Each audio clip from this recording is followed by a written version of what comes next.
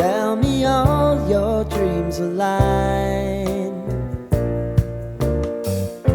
Sign me up and tell me about the people that you know. Hello friends, आप सबको मेरा नमस्कार। मैं सस्मिता आप सबको मेरे चैनल माई स्पैचुला स्टोरी में स्वागत करती हूँ। आज मैं आपके साथ शेयर करूंगी बैंगलोर का बहुत ही फेमस एंड स्पेशल थटे इडली और उसके साथ खाने वाली चटनी की रेसिपी। अगर आप बैंगलोर आते हैं तो इस थटे इडली को जरूर ट्राई कीजिएगा। ये बहुत ही स्पॉन्जी एंड फ्लॉपी होता है और ये इतना लाइट होता है कि आप एक साथ में 2-3 खा सकते हैं। और उसके साथ चटनी वो लोग सर्व करते हैं, वो एक चना और मूंगफली का चटनी। उसके साथ सांभर भी सर्व किया जाता है।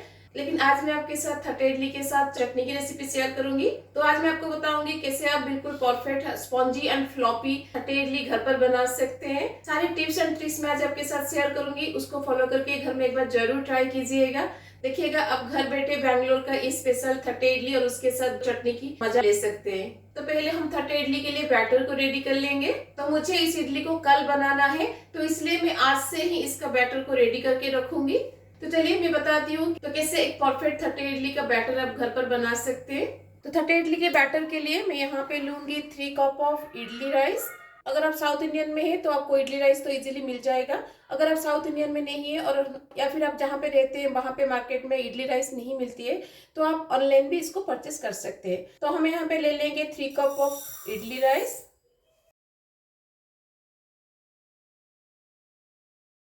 और 3 कप राइस के लिए हम यहाँ पे लेंगे 1 कप उड़द दाल। ये साबुत उड़द दाल है। जिस कप पे आप मेजर करके उड़द दाल और चावल लीजिएगा वही सेम कप में आधा कप साबूदाना लीजिएगा, उसको हम चावल में डाल देंगे। और इन सब के साथ मैं यहाँ पे डालूंगी 1 टेबल स्पून ऑफ मेथी। मेथी यहाँ पे फर्मेंटेशन के लिए हेल्प करेगा। तो यहाँ पे हमें चाहिए हाफ कप ऑफ पोहा, लेकिन पोहा को अभी हम नहीं भिगाएंगे। जब हम सबको ग्राइंड करेंगे उससे 10 मिनट पहले हम पोहा को भिगाएंगे। तो इन सबको मैं अच्छे से धो लूंगी।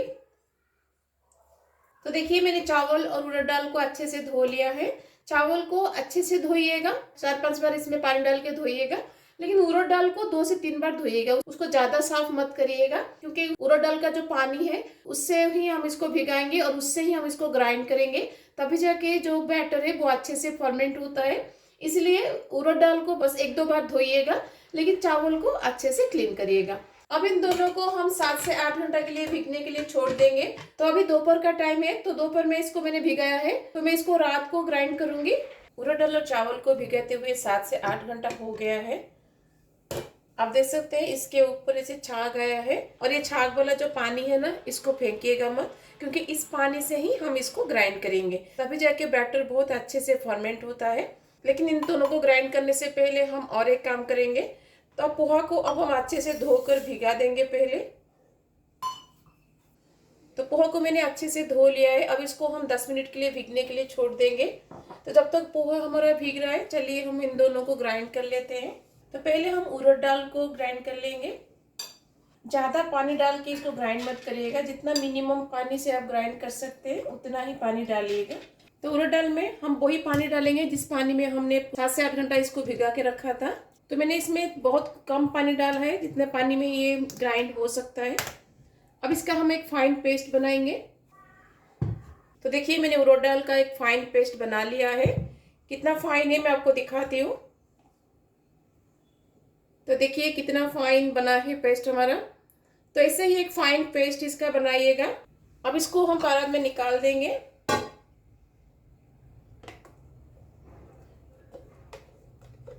एक बड़ा वाला परात लीजिएगा जिसमें आप उड़द दाल और चावल सबको मिक्स करके फेंट सकते हैं। अब हम चावल को भी ग्राइंड कर लेंगे।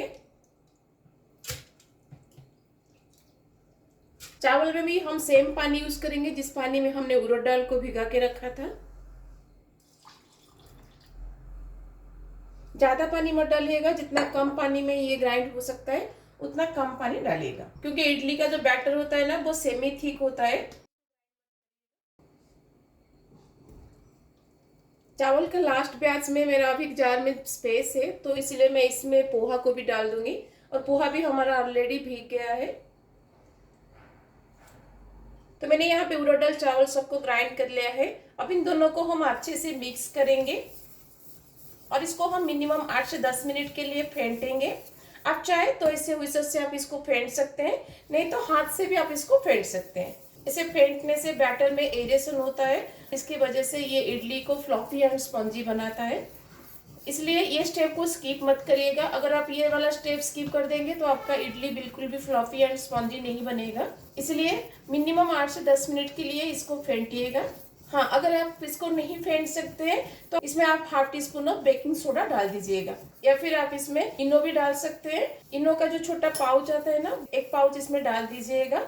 और ब्लू वाला जो इनो आता है उसको यूज करिएगा, क्योंकि उसमें कोई फ्लेवर नहीं होता है। लेकिन मैं तो सजेस्ट करूंगी कि आप इसको हाथ से या फिर व्हिसल से फेंटे। इसको फेंटने से ही इसका ओरिजिनल फ्लॉपीनेस और स्पॉन्जीनेस आता है। तो देखिए, मैंने बैटर को 8 से 10 मिनट के लिए फेंट दिया है। तो इसका लेवल आप देख सकते हैं अभी कितना है। और फर्मेंटेशन होने के बाद मैं आपको दिखाऊंगी इसका लेवल कितना हाई हो जाता है।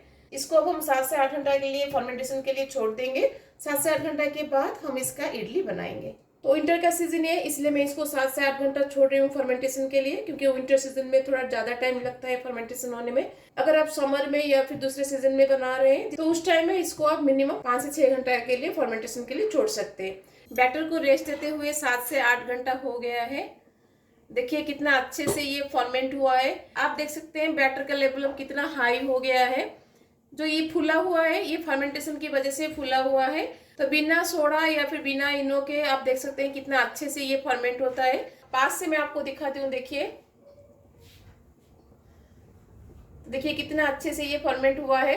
अगर हम अब इसको मिक्स कर देंगे तो इसका लेवल थोड़ा नीचे चला जाएगा, क्योंकि एरेशन की वजह से ही ये फर्मेंटेशन होता है। तो जितना बैटर मुझे चाहिए इडली बनाने के लिए मैं निकाल दूंगी और बाकी का हम फ्रीज में रख देंगे। तो जितना बैटर मुझे चाहिए इडली बनाने के लिए मैंने यहाँ पे निकाल दिया है। अब इसमें हम डालेंगे नमक अकॉर्डिंग टू टेस्ट। नमक को बैटर के साथ अच्छे से मिक्स कर देंगे। आप बैटर का कंसिस्टेंसी देख सकते हैं, यही कंसिस्टेंसी परफेक्ट कंसिस्टेंसी होता है इडली बनाने के लिए। तो 30 इडली बनाने के लिए बैटर अभी हमारा रेडी है। तो 30 इडली के लिए सेपरेट स्टैंड्स आते हैं जिसमें आप बैटर डाल के इडली बना सकते हैं। बिना स्टैंड के भी हम इस इडली को बना सकते हैं। 30 मतलब प्लेट में इडली बनाया जाता है, इसलिए इसका नाम 30 इडली है। वो स्टैंड वाला प्लेट में बनाए या फिर घर में अवेलेबल इस तरह का प्लेट में भी आप इसको बना सकते हैं। मेरे घर में ये प्लेट है और इसका बड़ा साइज ये वाला प्लेट भी है। तो 30 इडली का जो प्लेट होता है वो लगभग इस तरह का ही होता है। तो पहले मैं छोटा वाला प्लेट में बैठा के आपको दिखाती हूँ, ये हो जाएगा, फिर मैं आपको बड़ा वाला प्लेट में बैठा के दिखाऊंगी। तो प्लेट में पहले हम 1 to 2 ड्रॉप्स ऑयल लेंगे। तो ऑयल को पहले हम प्लेट में ग्रीस कर लेंगे। अब इसके ऊपर हम केले के पत्ते डालेंगे, जो कि ट्रेडिशनली डाला जाता है। अगर आपको केले का पत्ता नहीं मिलता है तो आप इसके ऊपर डायरेक्टली बैटर डाल सकते हैं। तो आप सोचते होंगे अगर केले के पत्ता डालना ही था तो नीचे तेल क्यों डाला। केले के पत्ते के नीचे तेल डालने से केले का पत्ता जो है वो जलता नहीं है। अब केले के पत्ते के ऊपर 1-2 ड्रॉप ऑयल हम ग्रीस करेंगे ताकि इडली हमारा इजीली डिमोल्ड हो जाए। अब इन प्लेट में हम बैटर को फिल करेंगे। तो जैसे मैंने आपको कहा पहले मैं छोटा वाला प्लेट बैठाऊंगी, इसलिए मैं पहले छोटा वाला प्लेट में बैटर को फिल करती हूँ। तो प्लेट को कंप्लीटली फुल मत करिएगा, क्योंकि ये इडली बन जाने के बाद फूलता है, इसलिए थोड़ा सा ऊपर स्पेस छोड़ के बैटर को फिल करिएगा। और प्लेट को नीचे ऐसे थोड़ा सा टैप कर लीजिएगा ताकि बैटर इवनली प्लेट में स्प्रेड हो जाए। तो देखिए मैंने दोनों प्लेट को फिल कर लिया है। अब इसको हम स्टीमर में बैठाएंगे। तो इडली को स्टीम देने के लिए मैंने यहाँ पे स्टीमर बैठा दिया था। तो पानी में अभी बॉयल आ गया है। अब इसके अंदर हम प्लेट्स को रख देंगे। अब इसको कवर लगा के हम 10 से 15 मिनट के लिए छोड़ देंगे। गैस की फ्लेम को यहाँ पे हाई रखिएगा। तो इडली को बैठाते हुए 10 मिनट हो गया है। अब हम इडली को चेक करेंगे ये हुआ कि नहीं हुआ है। अब इसके अंदर हम एक टूथपिक डालेंगे। अगर ये क्लीन बाहर आ जाता है तो इसका मतलब है इडली हमारा हो गया है। तो आप देख सकते हैं इसमें बैटर नहीं लगा है, क्लीनली बाहर आ गया, इसका मतलब है इडली हमारा हो गया है। अब हम इडली को निकाल देंगे।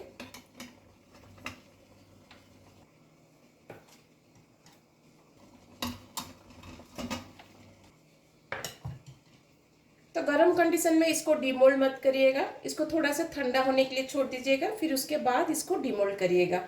तो जब तक ये ठंडा हो रहा है चलिए हम दूसरे प्लेट को भी फिल करके उसको बैठाते हैं। अगर आपके घर में ऐसे बड़ा वाला प्लेट है तो आप कैसे एट ए टाइम 2 आप बना सकते हैं। तो हम प्लेट में पहले बैटर को भर लेंगे। तो इस प्लेट में भी ऊपर थोड़ा स्पेस रख के बैटर को फिल करिएगा। तो देखिए मैंने दोनों प्लेट को फिल कर लिया है। चलिए इसको बैठाते हैं। तो अगर आपका प्लेट बड़ा है और एक साथ में एक ही प्लेट आता है तो आप कैसे एट ए टाइम 2 इडली बना सकते हैं, मैं आपको दिखाऊंगी। तो स्टैंड के ऊपर एक प्लेट ऐसे रखिएगा और इसके ऊपर मैं स्क्यूअर को रखूंगी। अगर आपके पास ऐसा स्क्यूअर नहीं है तो आप तो इस तरह का पतला और छोटा वाला लकड़ी आप ले सकते हैं और हम दोनों को यहाँ पे रख देंगे और उसके ऊपर हम दूसरे प्लेट को रख देंगे। तो इस तरह से हम 2 प्लेट को एट ए टाइम बैठा सकते हैं और 2 इडली एट ए टाइम बना सकते हैं। इसको हम 15 से 17 मिनट तक बैठाएंगे क्योंकि एक तो प्लेट बड़ा है और दूसरी चीज़ क्या है कि एक के ऊपर दूसरा हमने रखा है तो दूसरे तक स्टीम आने में थोड़ा टाइम लगेगा, इसलिए हम इसको थोड़ा ज़्यादा टाइम के लिए बैठाएंगे। तो बड़े वाले प्लेट में इडली को बैठाते हुए 15 से 17 मिनट हो गया है। अब इसको हम चेक करेंगे। तो वही सेम टूथपिक को इसके अंदर हम डिप करेंगे। अगर ये क्लीन आ जाता है तो इसका मतलब है इडली हमारा हो गया है।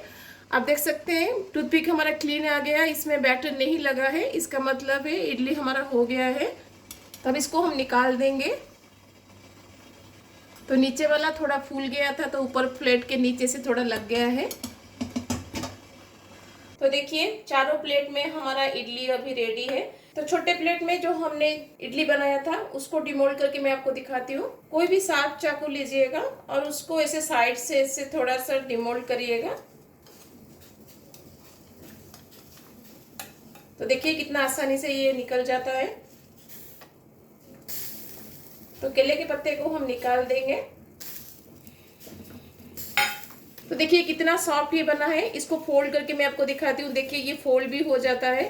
तो कितना सॉफ्ट ये बना है आप देख सकते हैं। और तोड़ के मैं आपको दिखाती हूँ अंदर से कितना जालीदार बना है। आप देखिए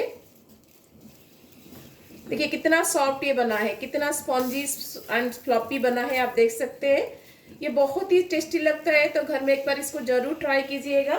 तो ये मत सोचिएगा कि हमारे पास मोल्ड नहीं है तो नहीं होगा। आपने देखा मैंने आपके सामने प्लेट में बना कर इसको दिखाया। ऐसे ही प्लेट में आप 30 इडली बना सकते हैं। तो ये बड़े 2 प्लेट को मैं थोड़ा सा ठंडा होने के लिए छोड़ दूंगी, फिर उसके बाद हम इसको डिमोल्ड करेंगे। तो बैंगलोर का फेमस 30 इडली हमारा रेडी है। चलिए इसके लिए हम चटनी को रेडी करते हैं, जिसके लिए मैं पैन में लूंगी तेल। तेल गर्म हो जाए तो इसमें हम डाल देंगे हाफ टी स्पून ऑफ राई। जब राई चटकना शुरू हो जाए ना तो उसमें हम डाल देंगे हाफ इंच अदरक और 5 से 6 लहसुन की कली। तो अदरक लहसुन को हम थोड़ा टाइम के लिए भुनेंगे ताकि इसका जो रॉ स्मेल है वो चला जाए। अदरक लहसुन को भूनते हुए 2 से 3 मिनट हो गया है। अब इसमें मैं डाल दूंगी 2 ग्रीन चिली और 1 चॉप्ड अनियन। प्याज को हमें ब्राउन नहीं करना है, बस थोड़ा सा ट्रांसलूसेंट हो जाए तब तक हमें इसे भुनना है। तब देख सकते हैं प्याज हमारा थोड़ा सा ट्रांसलूसेंट हो गया है। तब इसमें हम डालेंगे 1/4 कप ऑफ मूंगफली और पीनट। ये कच्चा पीनट है, इसको हम भुनेंगे अभी। बस 2 मिनट के लिए हम इसको भुनेंगे पहले। मूंगफली अब हमारा थोड़ा सा भुन गया है। अब इसमें हम डाल देंगे 1/4 कप ऑफ भुना चना। ये भुना चना है, नॉर्मल चना नहीं है। तो यहाँ पे बहुत सारे लोग कंफ्यूज होते हैं और चना को यूज कर देते हैं। तो मैं यहाँ पे 1/4 कप ऑफ भुना चना डाल दूंगी। ये ऑलरेडी भुना हुआ है तो इस चना को हम ज़्यादा टाइम के लिए नहीं भुनेंगे, बस 1-2 मिनट के लिए इसको भुनेंगे। चना को भूनते हुए 1 से 2 मिनट हो गया है। अब इसमें मैं डाल दूंगी छोटा सा टुकड़ा इमली, थोड़ा सा करी पत्ता और उसके साथ हम यहाँ पे डाल देंगे थोड़ा सा धनिया पत्ता। अब इसमें हम डाल देंगे नमक अकॉर्डिंग टू योर टेस्ट। तो इन सबको बस 1 से 2 मिनट के लिए हम भुनेंगे। तो इन सबको भूनते हुए 1 से 2 मिनट हो गया है। अब हम गैस को बंद कर देंगे और इसको कम्प्लीटली ठंडा होने के लिए छोड़ देंगे। जब ये कम्प्लीटली ठंडा हो जाएगा फिर उसके बाद हम इसका पेस्ट बनाएंगे। तो अब ये ठंडा हो गया है। अब इसको हम मिक्सिंग जार में डाल देंगे। अब इसमें हम थोड़ा सा पानी डाल के इसका एक फाइन पेस्ट बनाएंगे। ज़्यादा पानी मत डालिएगा, थोड़ा सा पानी डालिएगा, नहीं तो ये अच्छे से पेस्ट नहीं हो पाएगा। जार को धो के उसका पानी भी हम इसमें डाल देंगे क्योंकि ये जो चटनी होता है थोड़ा सा पतला होता है, ये दूसरे चटनी की तरह गाढ़ा नहीं होता है। इसकी कंसिस्टेंसी देखिए, अभी जितना ये पतला है ना उतना पतला इसको रखिएगा। इतना पतला रहने से ही इडली के साथ ये बहुत ही टेस्टी लगता है। चलिए इसको हम अभी तड़का लगाते हैं। तड़का लगाने के लिए तड़का पैन में मैं लूँगी तेल। तेल में हम डाल देंगे थोड़ा सा राई और उसके साथ हम यहाँ पे डाल देंगे 2 टीस्पून भुना चना और उसके साथ हम यहाँ पे डाल देंगे थोड़ा सा हींग। बस थोड़ा सा क्रिस्पीनेस के लिए हम इसको 1-2 मिनट के लिए भुनेंगे। अब इसमें हम डाल देंगे रेड चिली एंड करी पत्ता। तो तड़का अब हमारा हो गया है।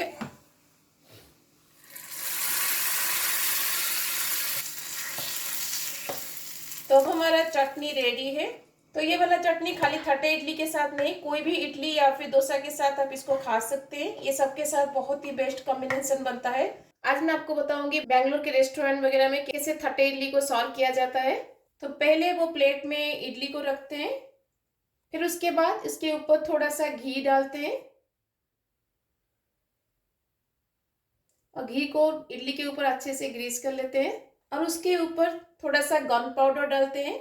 गन पाउडर का रेसिपी मैंने ऑलरेडी अपलोड कर लिया है, अगर आपको चाहिए तो मैं आपको डिस्क्रिप्शन बॉक्स में उसका लिंक दे दूंगी। इस इडली के साथ गन पाउडर का कॉम्बिनेशन बहुत ही बेस्ट है। तो जब भी आप इडली बनाएं तो इस गन पाउडर को जरूर बनाइएगा। फिर उसके साथ चटनी को सर्व करते हैं। तो पहले मैंने यहाँ पे टमाटर चटनी सर्व किया है और उसके साथ ये रहा हमारा चना दाल और मूंगफली चटनी। तो ये हमारा कंप्लीट हो गया बेंगलोर का स्पेशल थट्टे इडली का प्लेट। तो कैसी लगी आपको बेंगलोर की स्पेशल थट्टे इडली की रेसिपी? ये चटनी इस थट्टे इडली के साथ बहुत ही बेस्ट कॉम्बिनेशन है।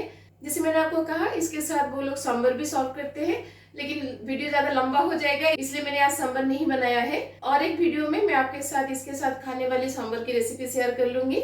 थट्टे इडली के ऊपर थोड़ा सा घी और गन पाउडर जो डाला जाता है उसका टेस्ट थट्टे इडली का टेस्ट को और भी ज्यादा एनहांस करता है। गन पाउडर का रेसिपी मैंने ऑलरेडी लास्ट वीडियो में शेयर कर चुकी हूँ, अगर आपको चाहिए तो उसका लिंक मैं आपको डिस्क्रिप्शन बॉक्स में दे दूंगी। तो घर पे इसको जरूर ट्राई कीजिएगा। अगर अच्छी लगेगी तो अपने फ्रेंड्स एंड फैमिली के साथ जरूर शेयर कीजिएगा, ताकि सब घर बैठे बेंगलोर का स्पेशल ये थट्टे इडली और उसके साथ चटनी की मजा ले सके। अगर आपको वीडियो अच्छी लगेगी तो लाइक प्लीज जरूर कर लीजिएगा। अगर मेरे चैनल में नए हैं तो प्लीज सब्सक्राइब जरूर कीजिएगा। तो मिलते हैं और रेसिपी के साथ। Till then bye bye, see you, have a good day.